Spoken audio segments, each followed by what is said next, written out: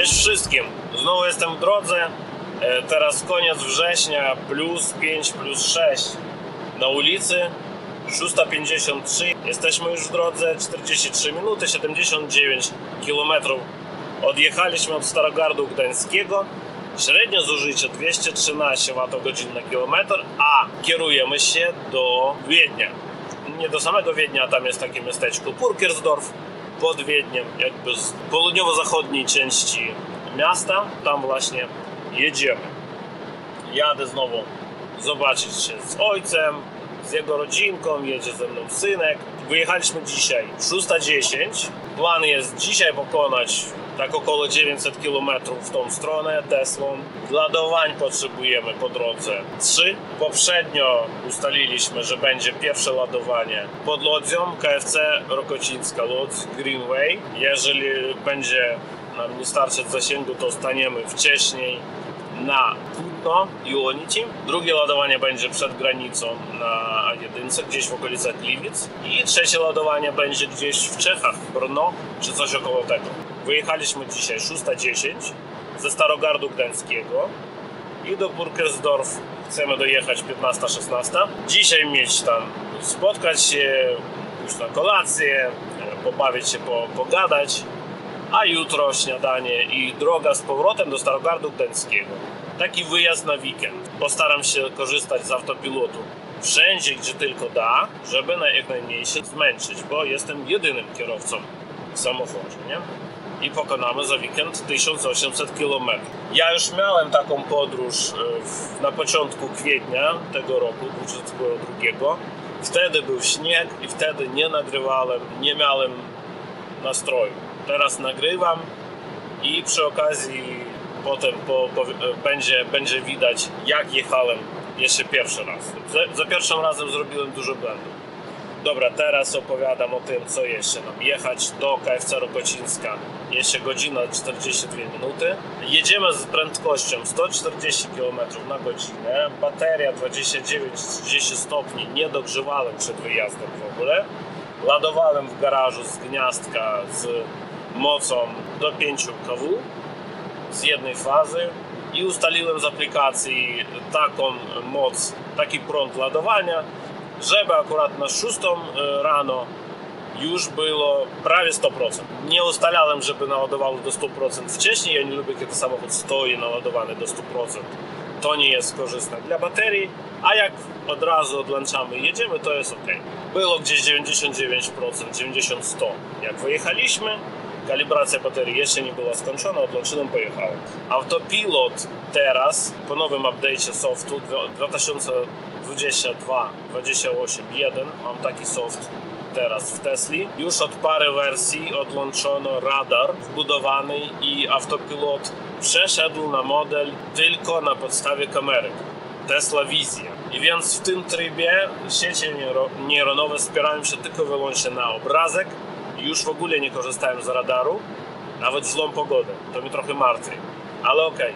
I dlatego, póki jest tryb eksperymentalny, mam nadzieję, że potem podniosą. Prędkość została obniżona, maksymalna prędkość autopilota ze 150 km na godzinę na 140. Ma to wady i zalety. Wada jest taka, że kilka minut dłużej jedziemy do Lodzi, na przykład na każdym naszych odcinku, ale zaletą jest to, że zużywamy dużo mniej prądu. Żeby jeszcze mniej prądu zużywać w ewentualnych przyspieszeniach, korzystamy z trybu chill, czyli tryb spokojnej jazdy.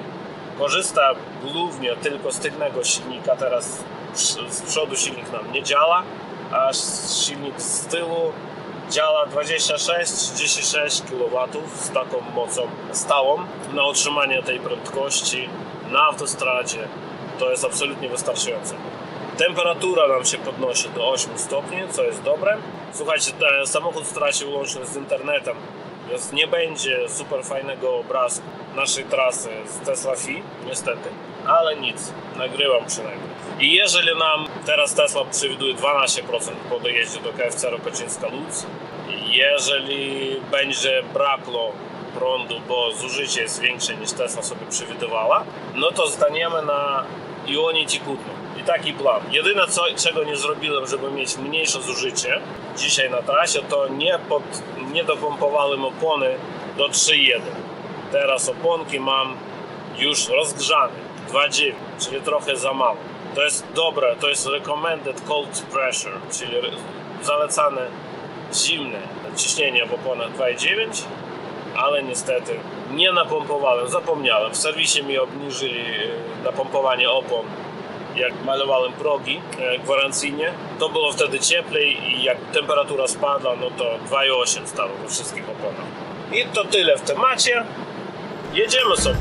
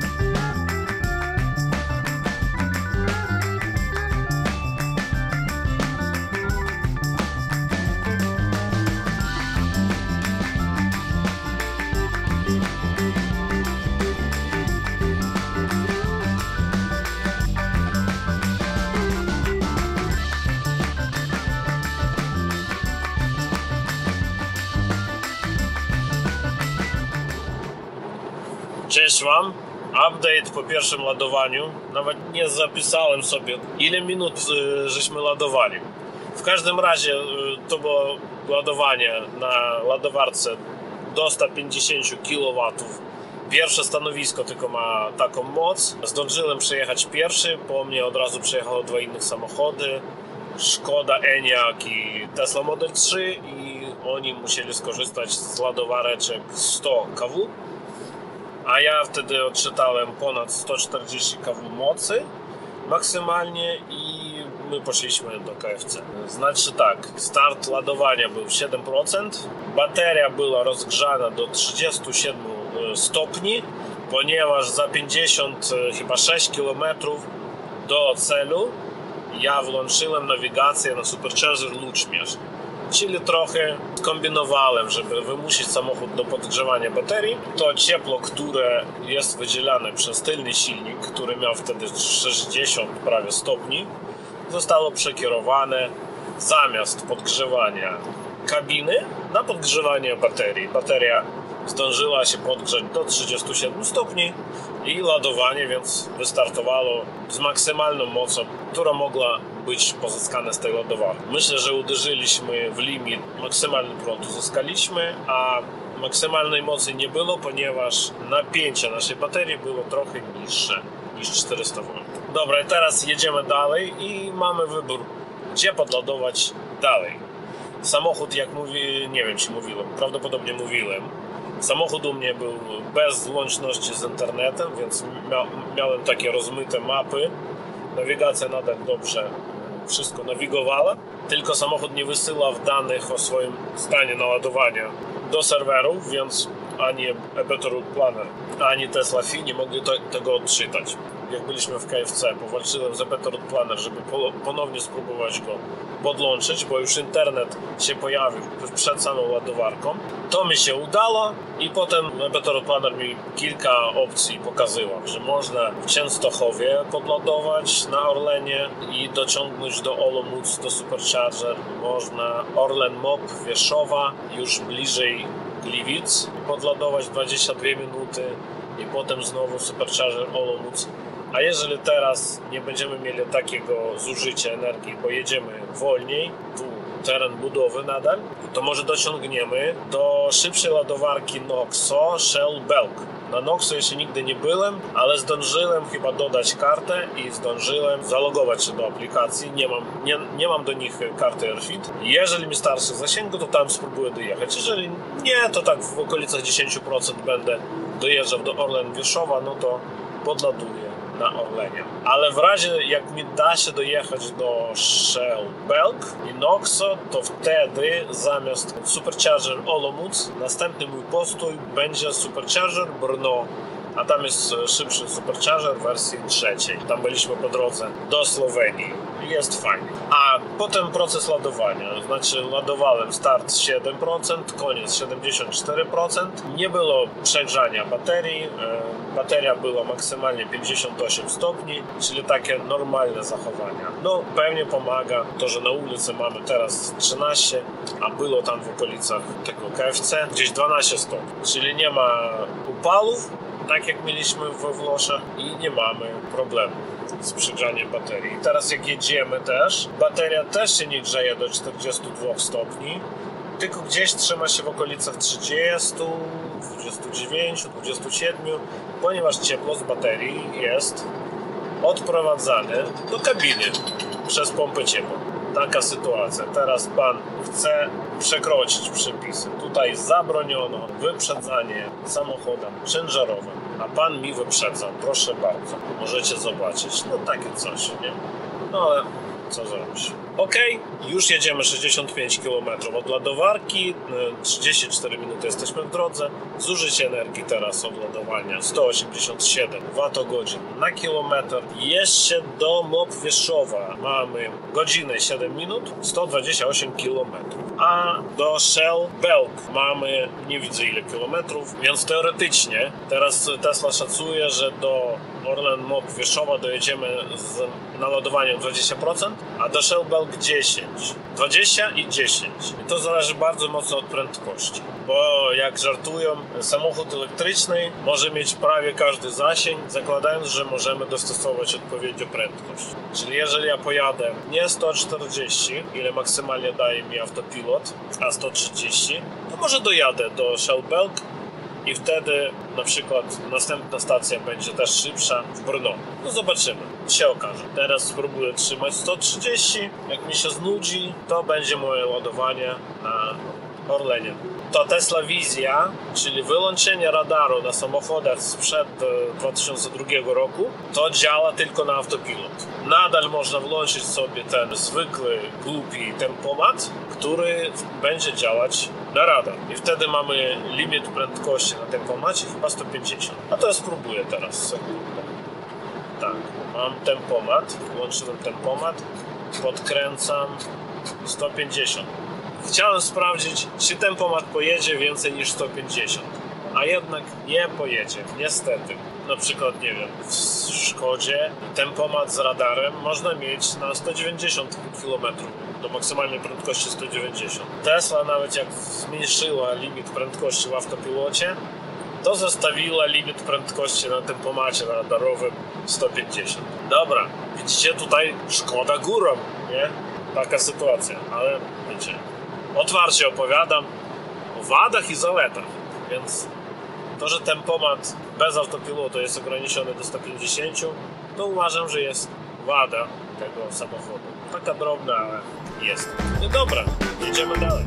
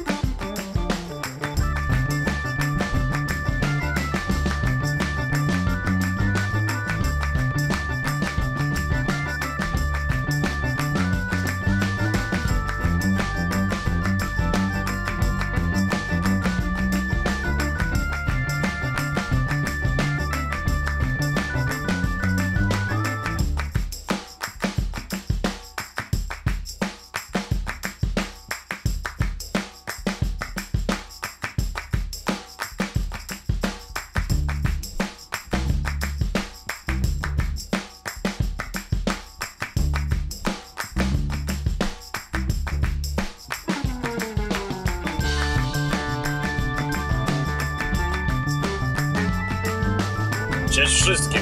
Jesteśmy już w Czechach, jeżdżamy z terenu budowy, czyli remontu drogi i może znowu jechać 130 km na godzinę. Lepiej tutaj zbyt szybko nie jeździć, bo policjanci czeskie pilnują. Ten gość, który mi wyprzedził na Škoda Octavia RS, już miał z nimi do czynienia. Ja sobie ciszej jechałem za nim spokojnie, a patrzę, już stoi, ma rozmowę z policjantami.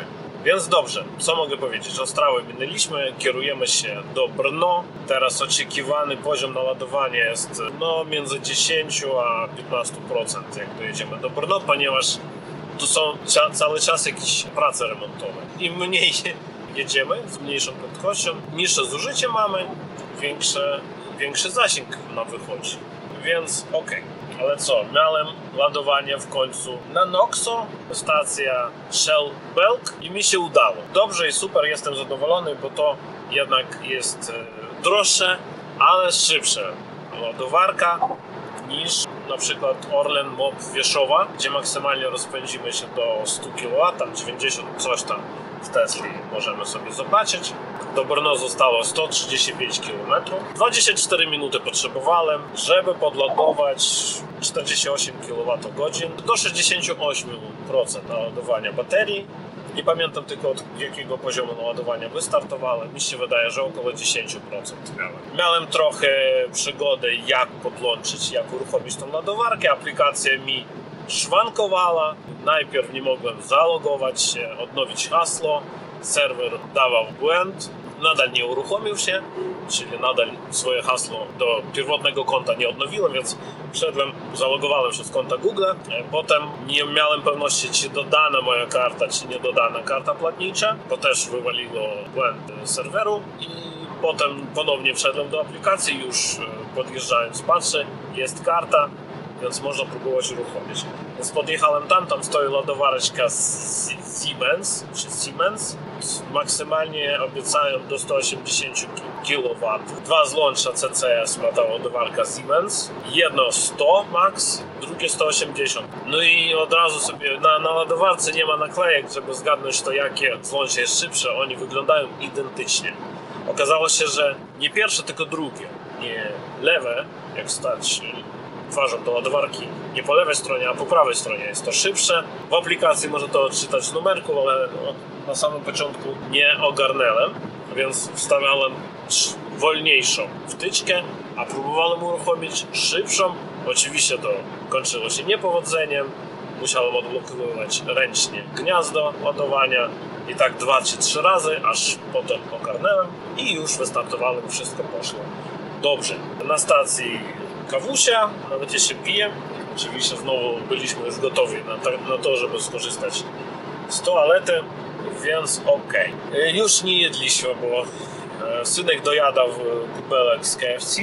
Teraz jedzenie nam to, co kupowaliśmy, skończyło się. Znowu wchodzimy w teren budowy. No kurde, przyjadę mając za dużo naładowania baterii. Ale dobrze, nic strasznego. Co jeszcze powiem? Znaczy tak, znowu skorzystałem z triku, żeby podgrzać baterię. Korzystając z tego, że mamy obok Supercharger w Katowicach, więc jak miałem 50 parę kilometrów do ładowarki Noxo, to uruchomiłem nawigację na Supercharger, ale kontynuowałem jechać prosto autostradą A1. Temperatura baterii nawet do 40 stopni skoczyła, potem samochód zrozumiał, że albo nagrzał wystarczająco, albo że nie jadę, że sklamałem i nie jadę na ładowarkę, wyłączył podgrzewanie, wtedy znowu przestawiłem nawigację na Shell Belk i spokojnie dojechałem na Shell Belk z podgrzaną baterią, nie wiem, 36 czy 37 stopni baterię miałem, mam to zapisane. Scan by Tesla. Ładowareczka ta jest droga, kosztuje prawie jak Ionity bez abonamentu, ale priorytetem moim na dzisiaj jest optymalny postoj naładowania, czyli żeby przejechać z jak najniższym poziomem naładowania i żeby ładowareczka była jak najszybciej i jak najbliżej położona do autostrady, więc ta ładowareczka Noxo jak najbardziej spełniała te wszystkie warunki, a cenę tutaj zignorowałem. Ja mogłem mieć bezpłatne ładowanie na Supercharger w Katowicach, ale ja chcę dzisiaj dojechać parę godzin szybciej niż poprzednio. Ok? A mogę powiedzieć wam, ile to kosztowało. Zostanie mi tylko jedno ładowanie w Brno, przy czym tam teoretycznie mogę tylko 10 minut ładować. I teraz wam powiem. Znaczy Shell Belk 134 zł 13 groszy za 44,88 kWh. 24 minuty trwała nasza sesja ładowania. Teraz Greenway 28 minut trwała sesja ładowania. W KFC Rokosińska Łódź 50,34 kWh podładowaliśmy i kosztowało to mi 115,78 zł. I teraz będzie ostatnia ładowareczka Brno. Ja policzę, ile to będzie kosztowało. Zobaczymy z aktualnego cenniku. Ja nic nie zapłacę, ale policzymy. Możecie sobie policzyć, ile kosztuje 900 km. Z domu wywiozłem prądu, cała bateria prądu była 42 zł i 2 podładowania 120 coś tam, 130 coś tam, więc 2 razy po 130 policzcie. 260 plus 40, 300 zł na razie mi kosztuje prąd i jeszcze będzie jedno podładowanie. Teraz do Brno nam zostało 125 km, godzina 9 minut, temperatura 16 stopni na ulicy, czyli tu jest cieplej 2 razy, nie? Tam było 9, nawet mniej było. Zaczynaliśmy od 5 stopni. Na razie Tesla przewiduje, że dojedziemy tam z naładowaniem 18%. Teraz temperatura baterii 39, czyli Tesla nie chłodzi teraz bateria, ponieważ jedziemy na Supercharger trzeciej wersji. Albo nie potrzeba tyle ciepła, żeby dogrzewać kabinę, bo pompa ciepła korzysta z ciepła w baterii i w silnikach. Od ładowareczki Noxa jedziemy 96 km już 51 minutę. Nasze zużycie energii wynosi 172 Wh na kilometr. Już użyliśmy 17 kWh energii. Wszystko dobrze, słuchajcie, ja chyba wyćwiczyłem sobie tą trasę, tak dla mnie przynajmniej to wygląda. Już wiem, jak tu jechać. Generalnie to planowanie nie było zbytnio potrzebne, wiecie. Trzeba tylko wiedzieć, tak samo jak jest ze stacjami paliw. Wiesz, gdzie po drodze są lepsze stacje paliw, które mają tańsze ceny albo które wygodniejsze. Na przykład fajnie, bo tam można zupkę zjeść, nie? Żurek. I chcecie konkretnie trafić na jakąś stację tankowania.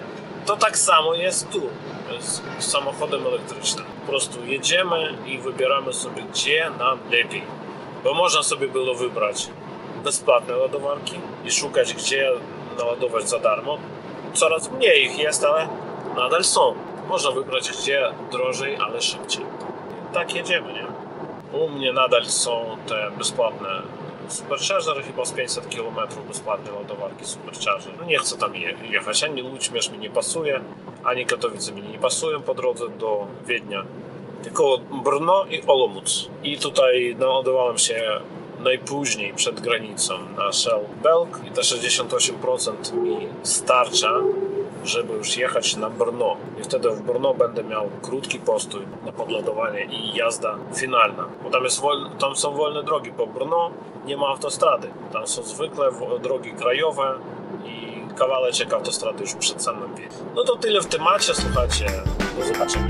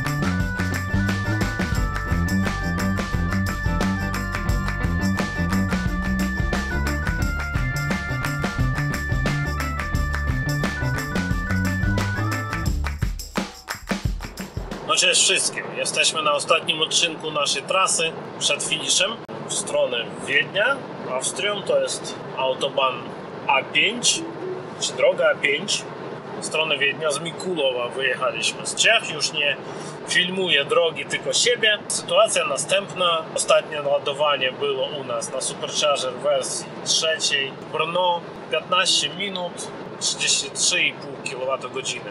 Podładowaliśmy 16 korun za 1 kWh. To jest taki normalny cennik. Ja chyba jeszcze nadal nie płacę, bo mam bezpłatne kilometry na Supercharger, ale już podaję cenniki, wiecie, z ostatnimi podwyżkami, żeby policzyć koszty podróży samochodem elektrycznym. Więc mi wychodzi 105 zł za ostatnie podładowanie w Brno. No 15 minut chyba nie jest źle, nie? Niestety tam nie zawróciłem jak trzeba, więc jeździłem wokół tego centrum handlowego Olimpia, ale nic się nie stało. Najgłówniejsze było to, że nie było żadnej kolejki na Supercharger. Tesla nie chciała mi tam prowadzić, ponieważ Supercharger świecił się jako kompletnie zajęty. Ale póki tam dojechaliśmy, wszystkie stanowiska już się zwolniły. Tesla teraz kasuje 20 korun za każdą minutę blokowania ładowarki, więc nawet jak ludzie sobie kawę piją, czy do kina poszli, to wracają i zwalniają stanowisko. Przestawiają samochód na parkiet. I to bardzo dobrze. Nie wiem, nie pamiętam do ile procent podładowaliśmy. Najistotniejsze, że po dojechaniu do celu będziemy mieli 22%. Jedziemy tam, nawet nie będziemy musieli ładować, ale tam, gdzie jedziemy, jest ładowareczka Type 2. Co teraz? Teraz 20 stopni na ulicy.